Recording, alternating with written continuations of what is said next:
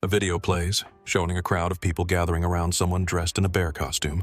The man removes his costume in front of a girl and confesses his love, asking her to be his girlfriend. However, the girl bluntly rejects him, stating that they have only known each other for a month. She then insults his appearance, declaring that she will never like him because he doesn't deserve her. The crowd laughs and continues to record the humiliating scene. Suddenly, another girl appears, tries to disperse the crowd, and tells them to stop filming. In the present, the man who was rejected in the video, Chen, sits in front of his computer, watching his own humiliation. He lowers his head in frustration and attempts to eat away his sorrow, taking a bite from his burger while crying. He receives a call from his childhood friend, Lacey, who happily invites him to her birthday party. With tears streaming down his face, he wishes her a happy birthday. Unaware of his distress, Lacey encourages him to join her and her friends at a karaoke bar to celebrate. However, Chen abruptly ends the call, leaving Lacey disappointed. One of her friends urges her to forget about Chen and enjoy the feast they prepared for her, but Lacey can't help worrying about her childhood friend. Back in his room, Chen continues to wallow in misery. He receives a message from Lacey, who tries to cheer him up by reminding him how he will always be her brightest dawn. Chen mumbles repeated apologies to himself, devouring his food as tears fall. He feels utterly useless, unworthy of being called Lacey's friend. He continues to gorge on food uncontrollably until, suddenly, a piece of food gets lodged in his throat, leaving him unable to breathe. He falls off his chair, collapsing to the ground with a heavy thud. And that's how Chen ate himself to death. He never achieved anything in life, and even in death, he remained a loser. As he descends into the abyss of the void, memories of his childhood flood his mind. He recalls being bullied for his weight since he was young. Most of his classmates avoided sitting next to him because they said it felt stifling. Even his own mother abandoned him when his father fell ill and later passed away from cancer. She left him alone when he needed her most. Chen continues to plunge deeper into nothingness as the cold darkness envelops him. He hears a voice announcing that he has unlocked the ultimate starter pack for newbies. A blinding light surrounds him, and everything goes blank.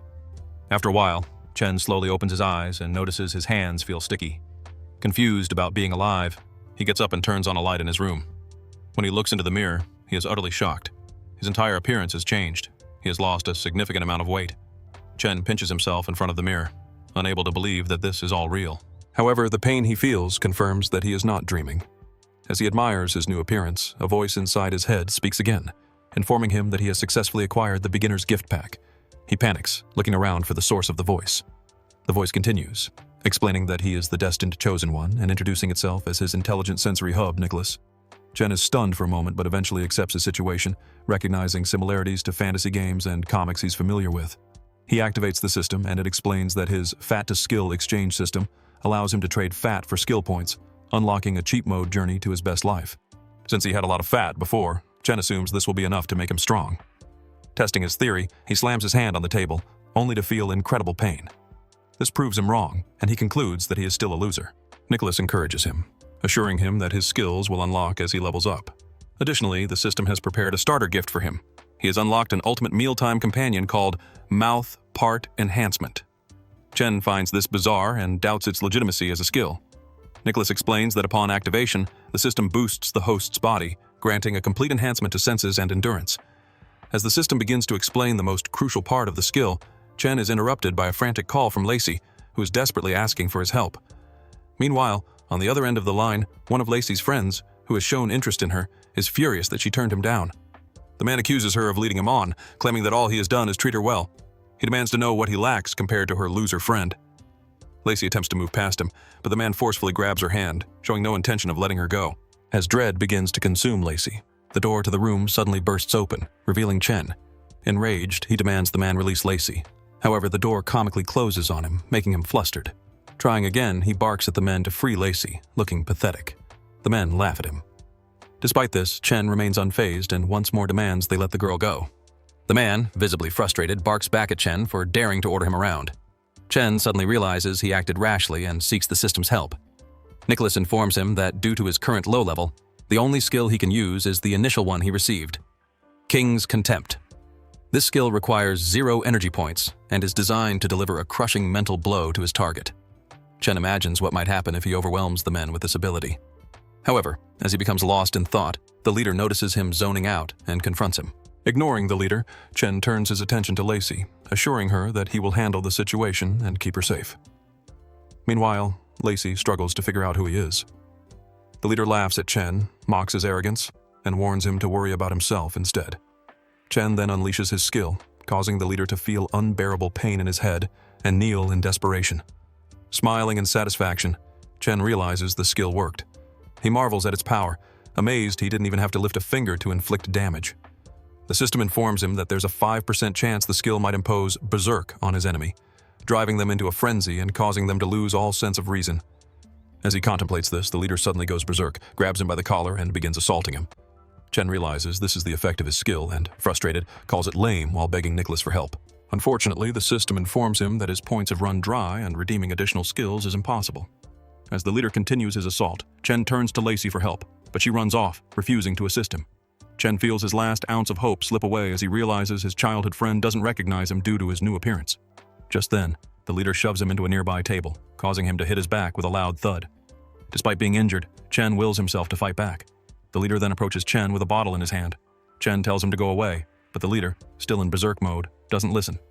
Desperately, Chen looks around for something he can use as a weapon and notices leftover food on the table. Without hesitation, he begins to eat the food, earning laughter and looks of disgust from the other men. They mockingly call him a pig, ridiculing him for worrying about eating when he's about to die. Unbothered by their taunts, Chen continues gobbling down the food. The men jeer at his greediness, telling him that scarfing down food like a maniac won't save him. The leader finally reaches Chen, sarcastically asking if he's had his fill. At that moment, Chen hears Nicholas inform him that he has accumulated enough points to redeem another skill. Without hesitation, Chen confirms he wants the skill. As the leader raises the bottle to strike him, the mental resonance skill activates, stopping the leader mid-fight. Suddenly, tears stream down the leader's face as a wave of overwhelming bitterness engulfs him. He drops the bottle and begins crying uncontrollably, professing his love for Chen. The leader, heartbroken by the sight of Chen all bruised and battered, starts lamenting the pain Chen must have endured. In the leader's altered perception, Chen appears as a charming and lovely man, though in reality, Chen is seething with anger at the very person who attacked him. Oblivious to this, the leader lovingly hugs Chen, his emotions and pheromones entirely influenced by the mental resonance skill. Chen is in utter disbelief at the bizarre turn of events. He rejects the leader's advances and shifts his attention to the other men, jokingly wondering if any of them might like him instead. Devastated by the rejection, the leader turns to his friends for solace, seeking comfort in their support to mend his broken heart. Just then, Lacey arrives with the authorities, having reported the incident. To her shock, she finds the men enjoying themselves together, completely oblivious to the earlier chaos. Later, Chen sits alone, reflecting on the strange events. Determined, he vows to become a better version of himself so he can protect himself and those he cares about. Suddenly, his stomach rumbles, and he heads home to eat. The next day, Chen receives a call from his colleague, asking if he has forgotten about his part-time job, adding that today is payday. Hearing this, Chen rushes to get out of bed but immediately falls down. When he looks in the mirror, he finds himself super thin and frail. This disappoints him, as he had promised himself the day before to do his best to become a better person. Nicholas informs him that he has overdrawn himself and needs to replenish his energy by consuming more fat. Despite his incredibly weak body, Chen pushes himself to find food. When he opens his fridge, the only thing he finds is a hot pot base, and with no other choice, he gobbles it up. Later, on his way to work, Chen swears that he will never eat hot pot again in his life. However, Nicholas warns him that his fat reserves are still insufficient to sustain his daily system functions and insists he must keep eating. Chen finally arrives at his job. He heads straight to the locker room to change into his uniform, but is surprised to find it empty. He calls out for his colleague, Leo, but realizes that no one is around, as they are on their lunch break. Looking around the kitchen, Chen spots scrumptious food laid out on the table. Overwhelmed by a strong desire to eat, Chen struggles to control himself, but eventually gives in. He grabs a burger and starts devouring it, soon eating everything while crying and worrying if his paycheck will be enough to cover the cost. With this act, he unlocks another skill: powerful saliva, capable of dissolving anything into powder, enhancing his digestion to better transform fat into energy. Chen finds this ridiculous and wishes for a skill that could be more beneficial. As he continues eating, Chen hears Leo's voice. He peeks out and sees Leo being scolded by the owner for being clumsy and for Chen's tardiness. The owner tells Leo never to come back again. Leo, however, refuses to leave without being paid for their month's work. The other crew members laugh at him as the owner mocks him, saying he should focus on scraping off his fat so he can fit into a coffin. She cruelly tells him to get out of her sight, accusing him of ruining everyone's appetite and blocking the entrance. With a wicked look on her face, she orders him to leave. Seeing his friend being bullied, Chen is filled with rage. Without realizing it, he grips a bottle of sauce in his hand so tightly that the sauce squirts into the owner's face. The woman turns in his direction, her face contorted with pure rage. Seeing her anger, Chen starts to panic, frantically contemplating what to do next. Remorseful, He reveals himself and apologizes to the owner. However, in the owner's eyes, he is not a random loser, but a charming young man who looks like a lost puppy. Seeing him so pitiful, the owner changes her mood and tells him it was not a big deal. Realizing that he is off the hook, he tries to humor her and stay on her good side. The woman tells him that he has definitely come to the right place, as their bar has delicious food. After this remark, he walks past her and pulls Leo with him, declaring that he will treat him to lunch. Instead of getting insulted, the owner seems to fall for his charms even more, because although he seems aloof, he is so handsome. She sits beside him as he gobbles down food and tells him to eat to his heart's content, promising to come back for him after she takes care of some things. When they're alone, Chen asks Leo why he isn't eating. Leo lowers his head, stating that he doesn't have money with him to pay. However, Chen just smiles at him and declares that it's all his treat. Seeing how he devours food, Leo asks if he can truly afford the bill. Chen simply points at the promo of the bar, which says that if one person drinks 48 beers in a day, their entire bill is free. Leo is surprised by this, as it seems like an impossible challenge. Deep inside, Chen is confident in his abilities and asks the waiter to bring him the beers. He chugs down the bottle successfully, making the owner fall for him even more as he looks so charming while drinking. Meanwhile, Leo is in disbelief at how fast Chen is chugging down the beers. In an instant, he is able to down several bottles without getting drunk. The owner praises him for holding his liquor really well. After confirming that his friend is done eating, Chen eagerly tries to leave the bar with him. However, the owner tries to stop him since he hasn't paid the bill yet. He then states that he has drunk 50 bottles of liquor, so he doesn't have to pay a cent for their bill, adding that she can keep the 2 extra bottles as a tip. The woman is about to bark at them, but Chen looks at her with his charming face, making her shut up as she melts at how cool he looks. While walking home, Chen reveals his real identity to Leo, leaving him beyond shocked. Leo then asks how he suddenly lost so much weight. Chen is about to reveal his secret, but holds back and tells his friend that he had liposuction. Leo voices his concern, saying that their old boss is said to have ties with the mob, fearing that she will retaliate against them. Chen is concerned about his safety as well, especially since the owner doesn't know his real identity. With this, he calls the cops and reports that their boss's pub sells fake alcohol before dropping the call. Leo is doubtful about him making a false report, but Chen assures him that he didn't because he confirmed that the alcohol he drank earlier was fake. In fact, it didn't meet the required fat content, which he discovered. With this, they celebrate, knowing they were able to exact revenge on their ruthless boss, and continue celebrating on their way home. The next day, a man reads the news about the bar being shut down after authorities discovered they were selling counterfeit booze. The man puffs his cigar, frustrated that someone messed with his bar. He then calls for his lackey and orders him to find the person behind this. In a convenience store, the 2 friends share a meal after losing their jobs. School is about to start, but they've lost their source of tuition funds. As Leo worries, Chen acts all fine, saying his parents left him enough money in the bank for tuition. While his friend continues to worry, he assures him that he'll figure it out, even ordering 10 more bowls of noodles and acting like money isn't a problem. As he's been called, he certainly is a bottomless pit for food. At school, Chen tries to pay for his tuition, but is told that the card's balance was insufficient. He's absolutely shocked upon seeing the minuscule amount of money left in his account. The long line behind him begins to murmur, and he's told that he has 3 more days left to pay. Standing aside, he freezes for a moment, lost in thought. He suddenly pulls on his hair in frustration, knowing the system is burning through his money as it's demanding so much food per day. He'll have to figure it out on his own since his parents are likely struggling to earn enough for his sister's treatment. While he's deep in thought over this, Sheena and her friends walk by. One of the girls notices him, and they turn their attention to the attractive young man with messy hair, melancholic eyes, and long, straight legs. Considering how unfamiliar he is, they conclude that he must be a freshman they'd never met. One is certain that someone as cool as him wouldn't spare them a glance. However, the same surely can't be said for Sheena, who's the campus goddess that no man can stand. Calling her friends hopeless, she decides to play along and makes her move to help them get closer to him. With a confident smile, she steps forward and tells them to watch closely. She approaches subtly, but it's enough to get his attention. Chen notices and recognizes her immediately. She's glad to see him looking over. That said, his painful memories rush in, and the image of her rejection replays in his mind. After his confession, she looked at him with disgusted eyes, calling him a useless pig and saying a toad like him couldn't possibly match a swan like her. During this time, Sheena suddenly trips over herself and makes a big deal over her fall. This is all part of her plan, as her acting is meant to make her fall into his arms and lock eyes with the handsome young man. However, to her surprise, he doesn't move an inch and simply lets her bump into his chest. She tries to grasp why he didn't hold her steady, but pushes on and lightly holds his body while apologizing for bumping into him. With her hand over his chest, she can feel the rapid beating of his heart, revealing the truth behind his cold reaction. She's certain that he's been caught in her charms and has fallen for her in that instant. Unfortunately, when she looks up to meet his eyes, she's met with an odd gaze that's far from what she usually sees. While the girl is left completely bewildered, Leo calls out to Chen, saying he's been looking all over for him. Sheena's confusion grows even deeper as she hears the familiar name. Suddenly, the man she was leaning on disappears, and she finds herself on the ground, having fallen from the lack of support. While baffled by the sight, her friends don't fail to record the campus crush's embarrassing moment, which turns from bad to worse as she pathetically reaches out to Chen. Without turning to face her, he says he'll become an internet celebrity thanks to her and asks her not to fake an injury on the main road as she's blocking the way for others. The entire situation leaves the young woman appalled and insulted, and she nearly fumes from anger. On the other hand, her two friends quickly rush to the young man, fawning over his new appearance.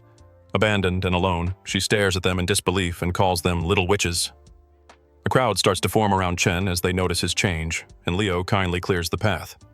While the two pass by, others also began to notice Sheena, who was supposed to hold dignity as their campus goddess. They snicker and hold their laughs as the young woman has never been so insulted. Later on, the two friends have lunch in the academy, and Leo asks if his friend enjoyed his assist earlier. However, Chen couldn't answer as he was too busy scarfing down his food. Finally, putting his meal down for a second, tears fell as he expressed his heartfelt gratitude and admitted that he almost failed to hold back when the heartbreaker leaned on him after tripping. Moving back to the topic of his tuition funds, Leo offers to ask his parents for extra money in case he needs to be covered. Chen says there's no need to worry because he already has a plan in mind. Seeing his friend's confused face, he decides to enlighten him and shows his phone screen on, and there was an ad for a streaming competition focused solely on gathering viewers through an eating show. Leo couldn't believe what he was being shown, but the young glutton was completely serious, saying no one could beat him in that field. The system doesn't say much to support him, instead reminding him of the remaining hours until energy depletion. Chen arrives at the venue for the competition, but scowls upon being met with an endless line of applicants. At the far end, he tells them to enjoy it while it lasts, sure that none will compare once the competition starts. After all, when it comes to food, there's no way for him to lose. 4 hours of standing in line later, his number is finally called. He confidently steps up to meet the judges, activating his skills to take over the entire tournament with ease. The show started, and the MC welcomed everyone to the Ultimate Foodie competition. Victory is decided by online voting through streaming and manual voting using the devices given to the live audience. By logging into the streaming platform's app, they can also watch all contestants' performances. While participation initially lasts 30 minutes, going below 5,000 viewers in the first half would lead to elimination. On the other hand, hitting the target increases streaming time. Once the entire competition ends, stats are tallied up, and those who rank among the top 10 unlock a chance to sign a deal and become an official streamer for the platform. Told to check their ranking at the bottom of their screens, the host counts down to the beginning of the show. As soon as things start, Chen drops to rank 77,207. With his body and mind tensing up, seemingly camera-shy, his face freezes, and his supposedly confident smile comes off as a bored face. That said, he's watched plenty of food streams, so he must have had a strategy to turn things around. He takes a blender out, flashily slamming it on the table and intending to blend bizarre ingredients into a juice to captivate the viewers. It isn't a bad move, since doing something strange is certain to attract a level of intrigue. However, someone has the same idea as him, and a man named Gao is already pouring a bunch of things into his blender. The 17th ranked streamer starts off with a hefty amount of wasabi, fermented fish in a can, and tosses in a live female frog. Dissatisfied with the combination, he adds several chunks of stinky tofu into the mix and finally activates the blender. After worrying for a while, a terrifyingly green liquid emerges from the foam. Suspiciously likening it to bubble tea, Gao names it Life's Bitter Sip. Staring at it, he earns anger and prompting from the viewers who are telling him to stop stalling. Gripping his thigh tightly, the streamer downs the glass's contents in one long chug. On the other hand, Chen can only watch with his pathetic vegetables, unable to believe that the competitor actually drank the mixture. He's also in awe of the sheer willpower and determination needed to gulp down something so horrific with practiced ease. His mouth is turned into an actual sewage tank, and using bizarre ingredients to win is out of the question. Called out for his weak will, he ignores the system and tries to rethink his strategy. Instead, he gets the idea of consuming something more bearable, but with a more striking visual. As a silkworm comes to mind, another streamer says such petty attempts lack style and flair. For him, fresh pig intestines with an unforgettable smell are far more bizarre. What's more, he's also prepared giant African scorpions. Lifting them with chopsticks like a light snack, he puts the entire thing in his mouth, quickly preparing the filled intestines next. As Chen stares in horror, the system asks if he still wants to eat pathetic silkworms. He racks his brains to think of something else to do and decides to rely on his charm, which is something he's particularly confident in based on his previous experiences. He's quite popular among middle-aged women. A familiar turn of events comes as the host suddenly gets all riled up with an announcement. With the first half of the game ending, a streamer named Siu has amassed 190,000 viewers, which is more than all the others combined. the feed swaps to focus on the person of interest, and they're shown a video of a beautiful woman. Without really doing anything different, she charms and captivates people with her looks, which are strong enough to affect even Chen. Thanking her viewers, she receives even more donations coming in the form of various stickers through chat. She encourages them to keep going with a smile, satisfied with the current situation. Just like that, the once confident young glutton loses his confidence. Despairing, he scorns and ridicules himself for even thinking that he had a chance. The real stars of the competition include one with unyielding willpower, a freak of nature, and a true charmer. The system piles on, calling him a loser for even hoping to match them and encouraging him to give up. On that note, he might as well get some last-minute calories in, as the food nearby is free anyway. With 3 minutes left on the clock, he absent-mindedly chomps on a delicious little snack. Doing what he's best at, he blankly bites down on the fork as well and eats the utensil along with the food. He looks at it in surprise, not intending to do such a thing, and panics upon realizing the strangeness of what just happened. Just then, a rocket, the biggest of all blessings, came into his screen.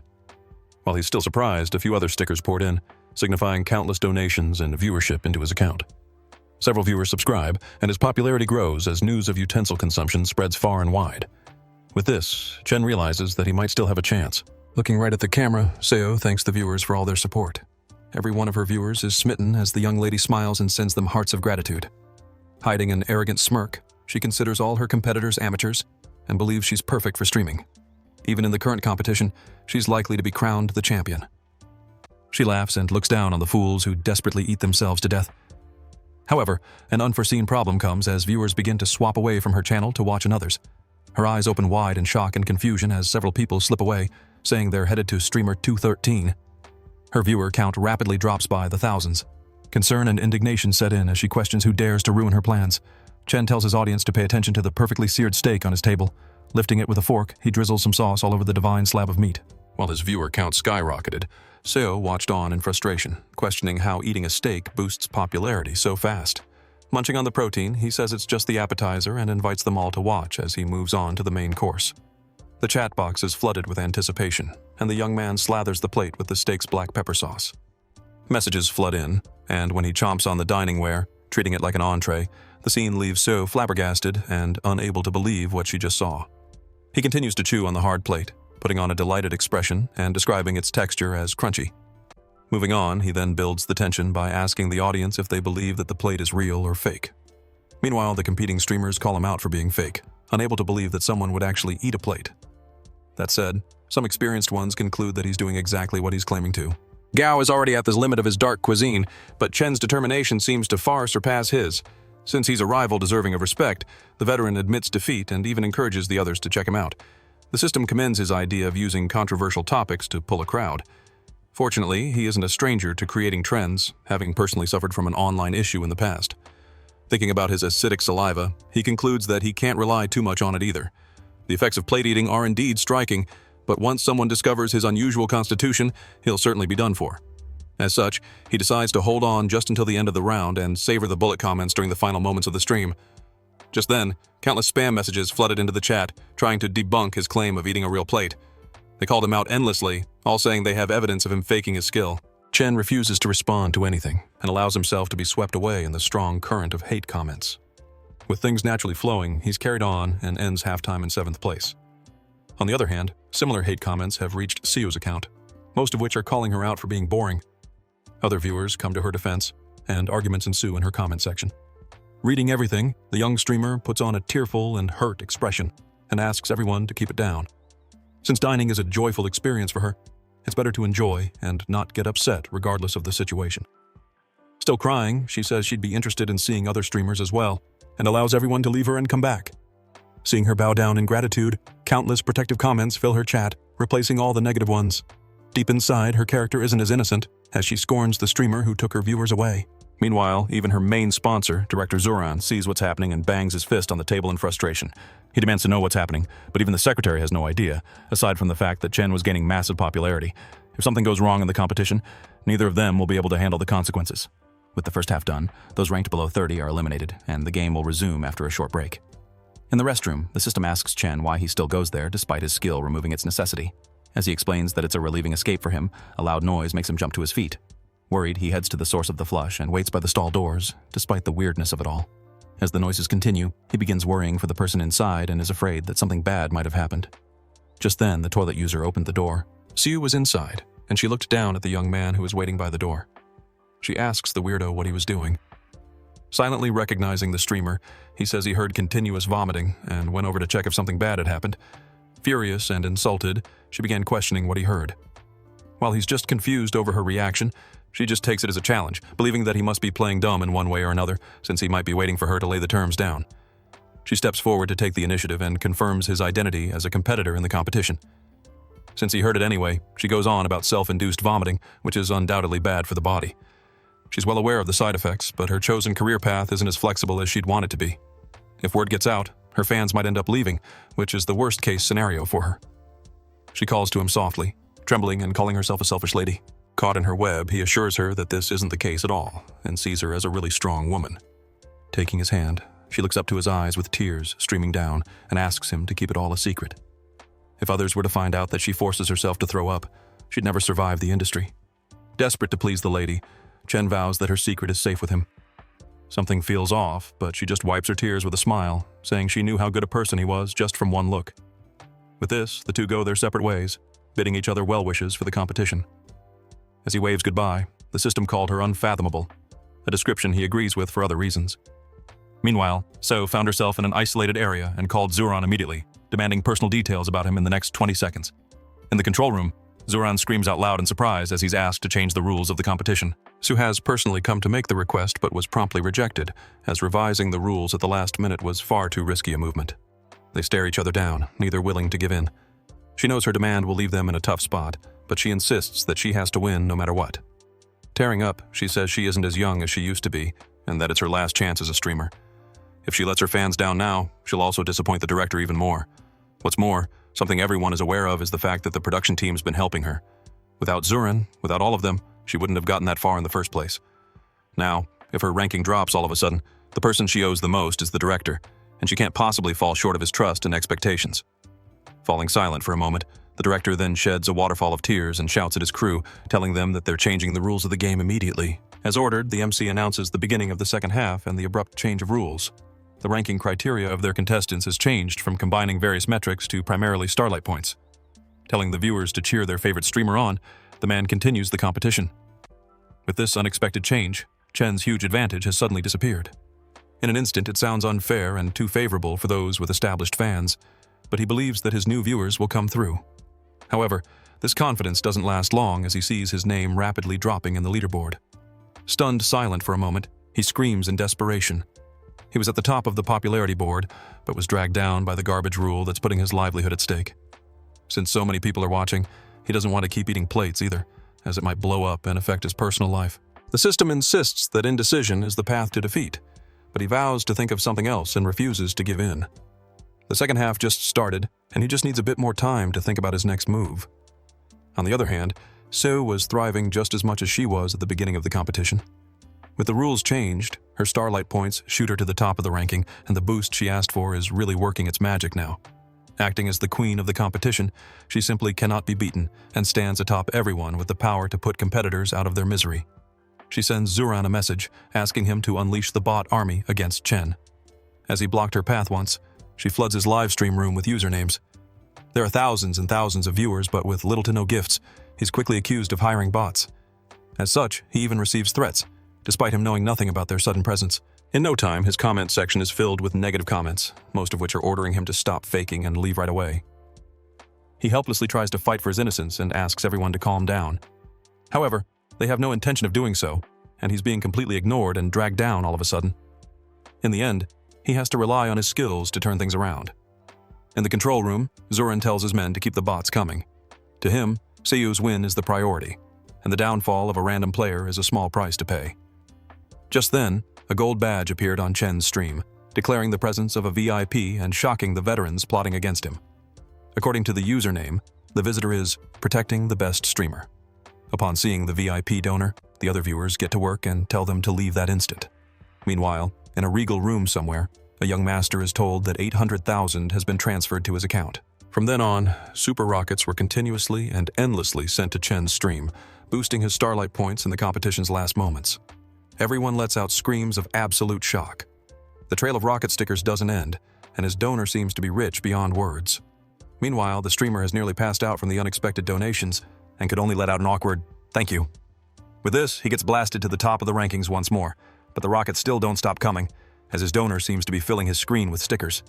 The countdown finally hits 0, and the competition finally comes to an end. The MC has no words either and barely wraps things up by saying that results will be posted online later at night. Just like that, the eventful day ends, and Chen heads home feeling absolutely confused. Regardless, he pumps his fist in delight, certain that he ended up winning the entire thing. While planning to celebrate with Leo, he suddenly sees a familiar face in a car parked on the road. It's Sue, who excitedly greets and asks if he wants to eat out. He bashfully declines, saying he has plans with friends, and she takes it surprisingly well. With that, the two part ways without any trouble, and he's thankful to have met such a kind-hearted girl, unaware of the things she did to stop him from winning. She left him, but now that she was driving alone, she gritted her teeth in anger, vowing to crush him eventually. At school, Chen calls Leo on the phone, telling him to meet him at the school gate right away. Suddenly, an odd silhouette approached from behind, saying he took his time. Confused, he turns back and sees Sheena with a snarky look on her face.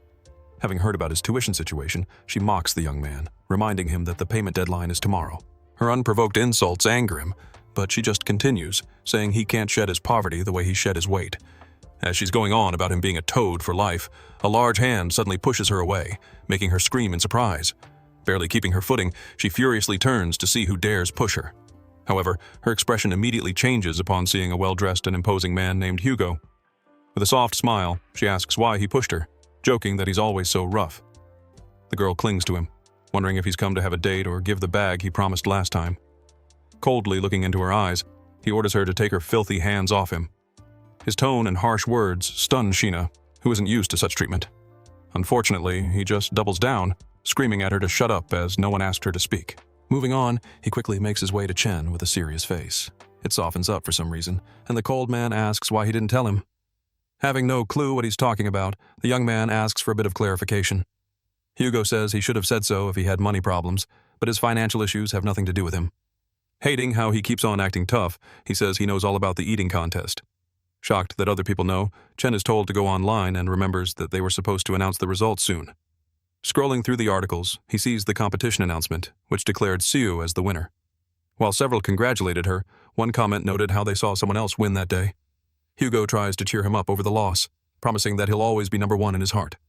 Once more, he asks him to approach him if he ever runs into any trouble at all. Acting strong as expected, Chen insists that the championship is a non-issue as long as he has his tuition paid off. Declining the offered help for now, he smiles at Hugo, thanking him for the encouragement regardless. Sheena approaches the cold man, asking why he isn't helping her instead, and pouting as she complains about him having changed. Turning back, he curtly tells the girl that Chen is unlike anyone she's ever known. Moving on, Chen paid his tuition with the competition reward and has invited Lacey to lunch. Just then, the system tells him that he's accumulated a lot of points and suggests leveling up first. Virtual screens suddenly appear before his eyes, showing how his evolution tree has unlocked a new icon. He's urged to work on the mother nest in the center. It's a force that bestows mysterious powers on the ruler, often called ethereal energy, and brings overwhelming powers. Reading something about traveling through space, Chen gets excited and asks for an explanation. However, he's given a lengthy and difficult-to-digest description, prompting him to make it stop. With his head spinning from it all, he decides to opt out of the upgrade altogether. The system is astonished and asks why he doesn't want to get stronger despite the opportunity. Thanks to the power, he's slimmed down perfectly and has sorted his finances out. From then on, he'll be raking in cash while working, and is content with keeping things running smoothly. The system asks if he's really okay with that, and calls him a truly carefree being when he expresses his desire for a modest life that's free from the pursuit of power. Spotting Lacey, he puts their conversation on pause for now and waves at the friend he hasn't seen in a long time. Hearing her name called out, she turns to face Chen and smiles upon seeing him. However, a van suddenly stops behind her, and a man comes out to knock her out with chloroform. She's dragged inside the vehicle, which then speeds off before Chen could catch up to stop them. Panting in exhaustion, Chen gets off his bike, absolutely spent after following the van that took Lacey. He managed to follow it to the right spot and now bravely stepped toward a warehouse, determined to save his friend no matter what it takes. He snuck around, eager to see what was happening, but careful enough to keep himself hidden. A couple of men are guarding the entrance, and they're both armed with dangerous weapons. The sight of it strikes fear in his heart, and he hides behind the van, now questioning if he made the right decision to follow them. Mocked by the system, he asks if he has any skills to activate during this time. One available allows him to summon a minion at the cost of a few energy points. He does just that, but the only creature he can summon at his level is one meant for reconnaissance. As he goes through with his decision, the system proceeds with the summoning as asked. A scout-type insect appears, boasting mobility and a field of vision that's shareable with the host. Carrying it on his finger, Chen orders for Lacey's pheromones to be extracted. After a while, the analysis is finished and is sent to the scout's brain. Its master tells it to go on and find his friend for him. With this, the little insect flew high, infiltrating the enemy base. Meanwhile, Lacey was inside the warehouse and was rudely awakened by a cold splash of water on her head. To her surprise, she finds herself tied up and surrounded by burly men. A few more shady figures appear before her, snickering and coming too close. She tries to scream as loud as she can, but only muffled cries come out of her covered mouth. The bald man, seemingly the leader of the group, tells his henchman to shut her up. Someone immediately approached from behind and threatened her with a knife to the neck. With her silent, and the man then goes on about how Chen caused several problems for them. As such, she's told to blame him for what's happening to her, as she's his girlfriend after all. During all this, the scout surveyed from nearby, relaying what was happening to its master. However, it gets killed out of nowhere, mistaken for a buzzing little bug. Chen winces from the sudden death of his minion, but things start falling into place as he realizes the people they're dealing with. He beats himself up for letting his guard down, but now is not the time for regret. Based on the scout, Lacey is on the 4th floor, and a few guards are stationed on the lower levels. Charging in head-on isn't an option since every entrance is guarded by heavily armed men. He pulls on his hair in frustration, wondering what he can do to save his friend. Just then, he sees a familiar card in his pocket and decides to ask for help. A secretary's phone rings, and she readily asks if there's anything he might require. To her confusion, she asks for blueprints for a certain building. Later on, Chen acquires what he needs and makes his way into the drainage system. He descends while arguing with the system and eventually reaches the bottom. Lighting his way up with nothing but his phone's flashlight, he hurries up as Lacey's life is on the line. Pulling the blueprints up again, he checks the exact area he's in and his distance from the hostage. Heading for the drainage exit in the building, he moves straight ahead. The entire area is moist and dripping with sewage water. Soon enough, hopelessness hits his heart as he sees the supposed exit blocked by a wreckage. He was so close and only needed to move in a few more meters. While wondering if he needs another plan, he receives a call from Lacey's phone. Answering the video call, the leader's face, ridiculously covered in stockings, shows up on the screen. After an awkward pause, the two flinch back in surprise. The man soon gets to business and tells Chen that his girlfriend is in their hands. Interrupted by his voice saying they aren't together, he tells the boy to shut up and lets him know their current location, unaware that he's already there. However, he's warned against calling the cops in any way unless he wants her face scarred terribly. Seeing her tearful expression, he screams her name in worry, but the line dies as the call is dropped. There's only an hour and a half left before the designated time, and he punches the blockage in frustration. He questions if he really has to trade himself in for her safety, and punches again out of frustration for his uselessness. Just then, the rocks cracked and gave way, making him fall into the hole it was blocking. He falls far down, and his heart felt like it was sinking lower by the second. Looking up the empty space, he sees a bunch of beams from top to bottom, and he gets an idea of where he might be. Considering the structure of most buildings and looking into the blueprint, he realizes that he must be directly at the bottom of the building. Intrigued, he dusts himself off and calls to the system, saying, "I'll build a hive right there." With this, a bolt of blue energy began spreading from his body toward the floors and walls as blue virtual streaks rained down on them. The system told Chen that he needed 3 sections: the chamber, nursery, and food storage to build the hive. The layout must harmonize with the planet's climate and geography. As the first step, it surveys the land to get precise geographical data. The blueprint of the hive is far more intricate than expected, and if they want to place a hive there, there's another thing they need. Walking around the area, he takes a few measurements of the walls and load capacity. He inputs the data into the system, allowing it to make calculations, and soon pinpoints a spot with unusually high hardness and a labyrinth of surface structures. Honestly speaking, building the hive there isn't the wisest choice. Should he insist on doing so, the building will surely collapse. While this sounds dangerous, it's exactly what he wants. He's urged to reconsider his decision, especially as he's low on fat reserves. Looking at his stats, he asks what will happen if it fails. Unfortunately, this scenario will surely end with his death. That said, he already has a solution to ensure their success. The chosen spot is 17 meters above Lacey, and a few calculations will tell them how to perfectly spread the localized load. After a few moments, he chooses the intended spot and proceeds with the hive upgrade without hesitation. The system boots up and completes loading the data. Immediately after, the hive rooting sequence is initiated. Chen raises his hand, willing bolts of energy to shoot out. If life won't let him stay ordinary, then people just have to brace themselves for his brilliance. Just then, the system blared warning alarms as his fat was being extracted at a rate far higher than expected. His reserves neared critical levels, and he needed to replenish his fat immediately. While the rate was a surprise, the general outcome was something he expected. They keep going, soon reaching 20% completion. As rubble falls on his head, he tries to hang on a little more, but is told that he's run out of reserves and will turn into a dried husk if they continue. However, he refuses to stop, determined to get things done whatever it takes. Huge blocks of steel and concrete fall by his feet. Given his irregular pulse, the system tries to preserve itself and starts to destroy the hive. The self-destruct timer began to count down, and at the last second, his fat reserves began increasing. As it kept adding up, construction was able to resume. He found it odd. During the eating competition, he barely ate any food and yet gained so many fat points. Shoving the blocks of concrete and steel rods into his mouth, he replenished his resources. This proves his hypothesis that anything with energy can be converted into fat points. The young man smiles, having realized the true power of his skill. The system commends him for being resourceful, but consuming and extracting simultaneously will leave his body broken due to the repeated process of straining and rebuilding. Chen falls to the ground, groaning on his knees. It's true that it's painful, but the method has proven to be effective, so he shoves another metal rod inside his mouth. Soon after, the hive completion reaches 70%. The system doesn't stop his reckless act, but says they have an idea of how he's going to save Lacey. Coughing and reaching his limit, he finds himself impressed and says the system is sharper than they look. In the abandoned building, the captors play a few card games, leaving the girl tied to the chair as she tears up, not knowing what's waiting for her. The floor suddenly begins to shake. They wonder what that sound was, but curiosity soon turns into worry as the light hanging above them started to sway. Knowing something was wrong, the men stood up, ready to move. The lamp fell, crashing to the ground and breaking. Realizing the danger they were in, the thugs quickly ran to save themselves, leaving Lacey tied up and unable to flee to safety. At that moment, the entire building toppled over. A car speeds across the road. Inside it is Hugo, who tells someone on the phone that he's got things figured out. He looks out the window with a curious expression. He gave Chen his card just earlier, but didn't expect him to get in touch on the same day. Thinking about the blueprints of a building older than him, he wonders why it was requested. After a while of driving, they reach the said building and get out. However, he sees that it seems to be swinging and wonders if he's just carsick. To their absolute shock, it comes crashing down, forcing them to rush to safety. He has no idea what was happening, but it's clear who was behind it.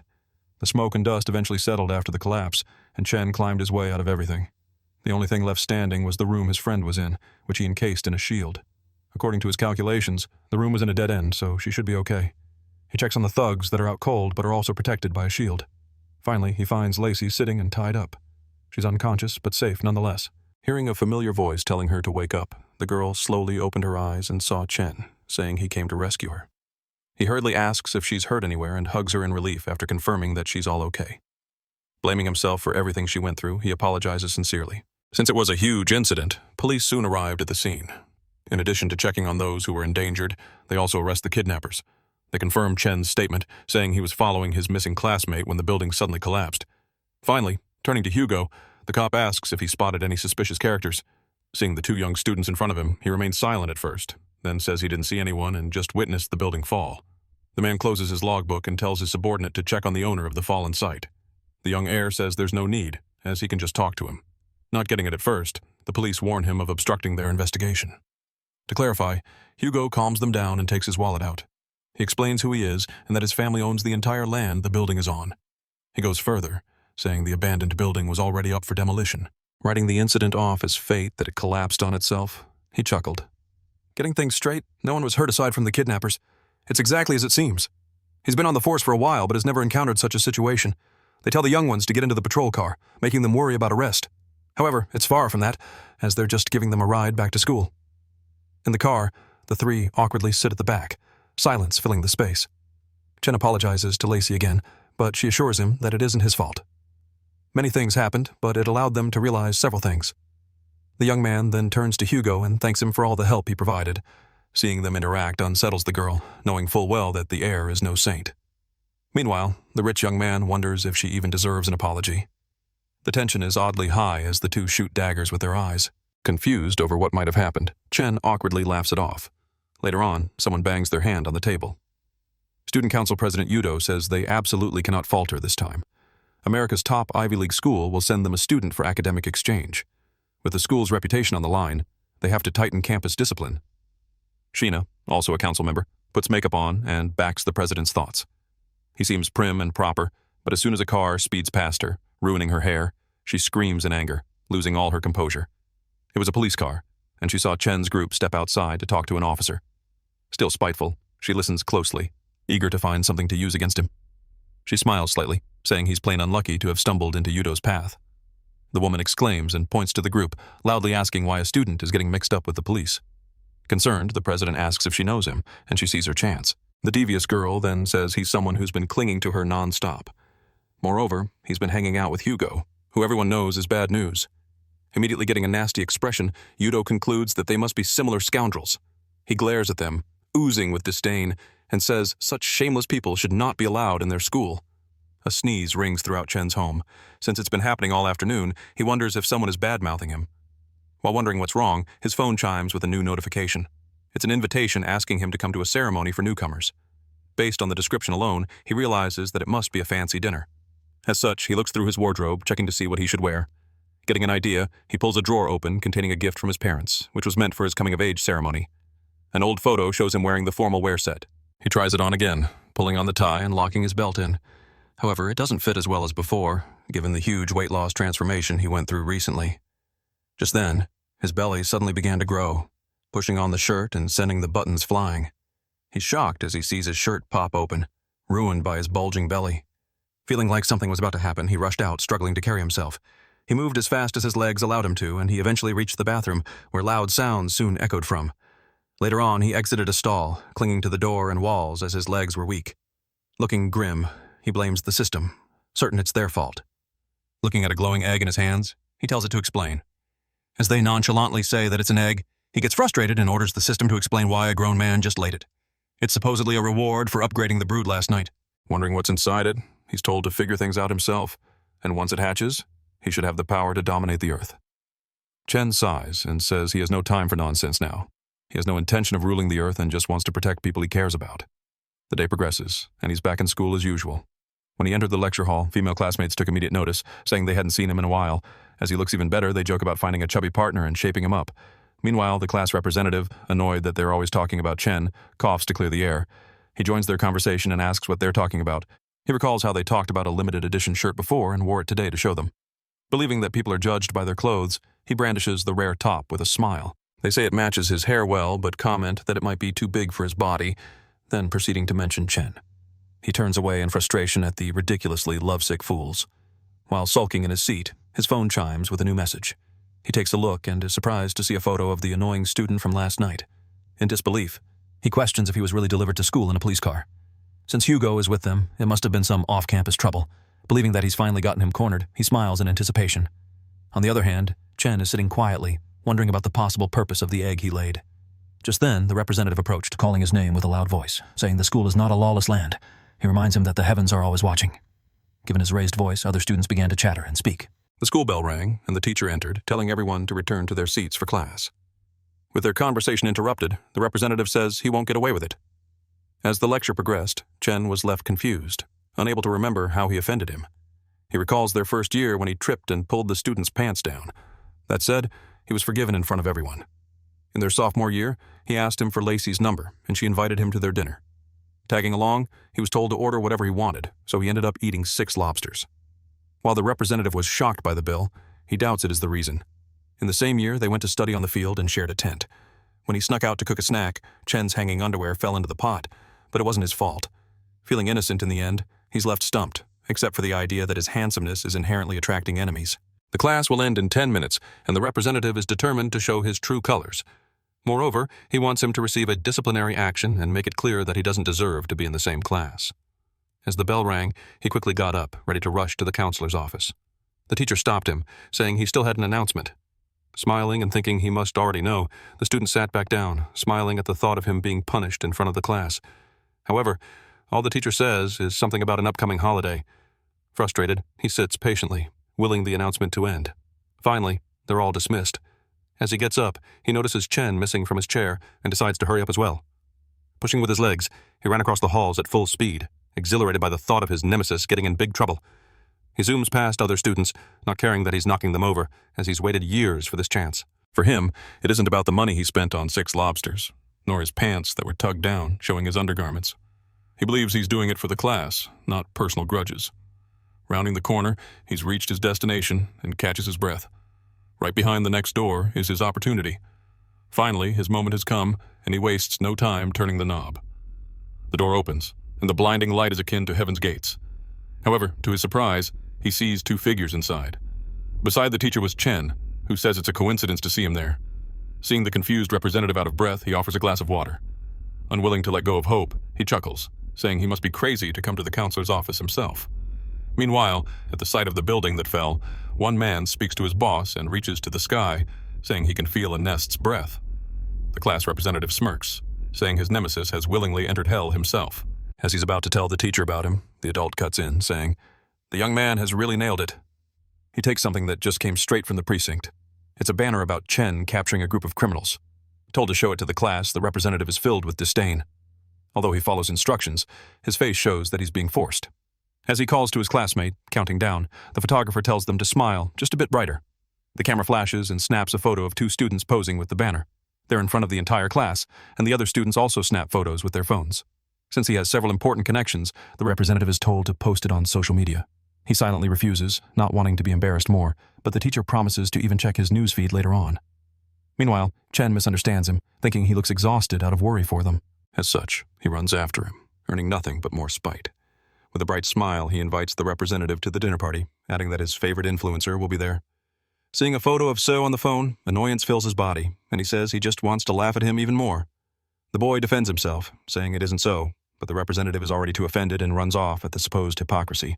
He tries to call him back, but is left alone in the hall. Night falls, and the time for the dinner party comes. Inside, Chen's mouth opens in shock as he witnesses what high society parties are like for the first time. Everyone there is talented, eloquent, and absolutely far from his usual crowd.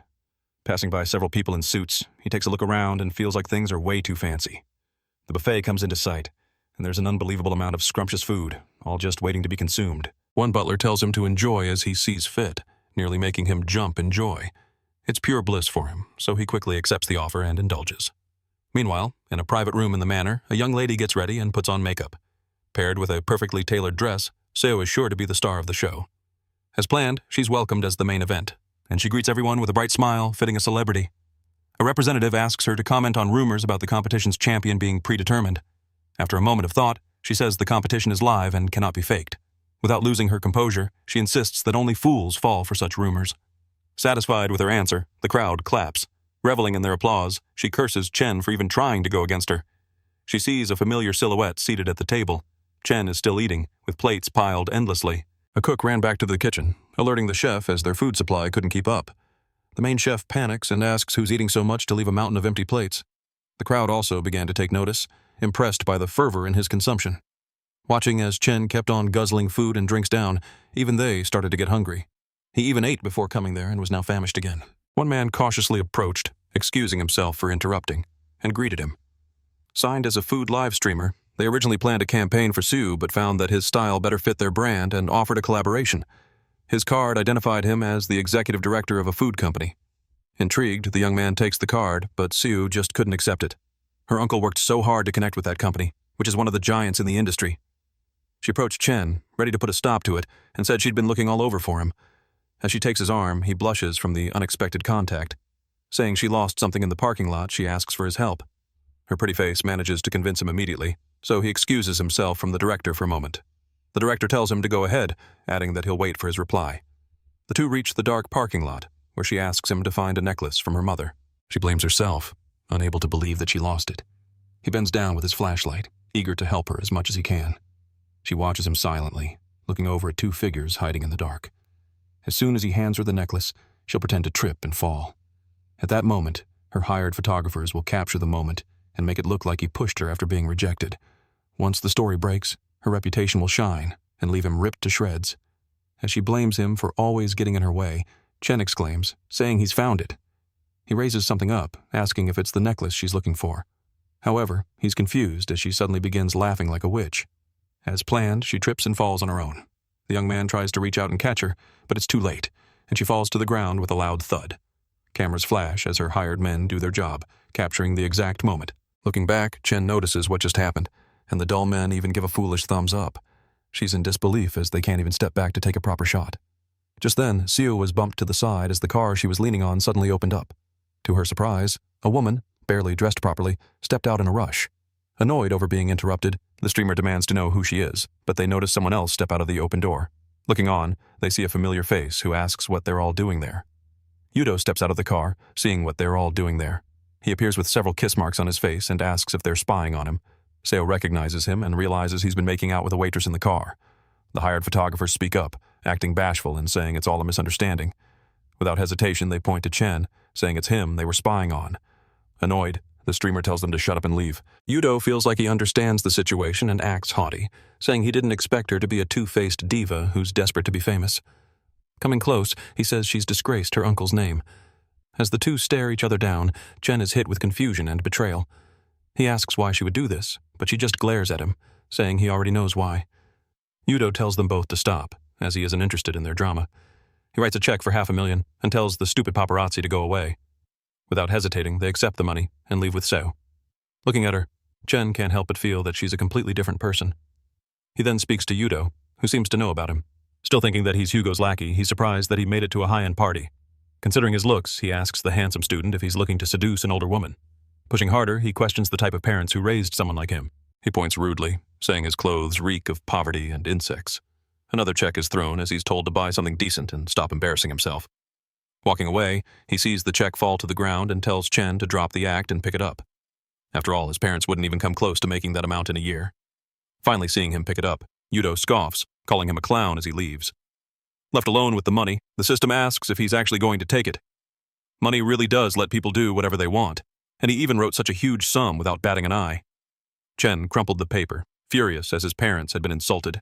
He tells the system to block all security cameras in the area with bugs. With his car right there, the young man thinks of the perfect gift to leave him with.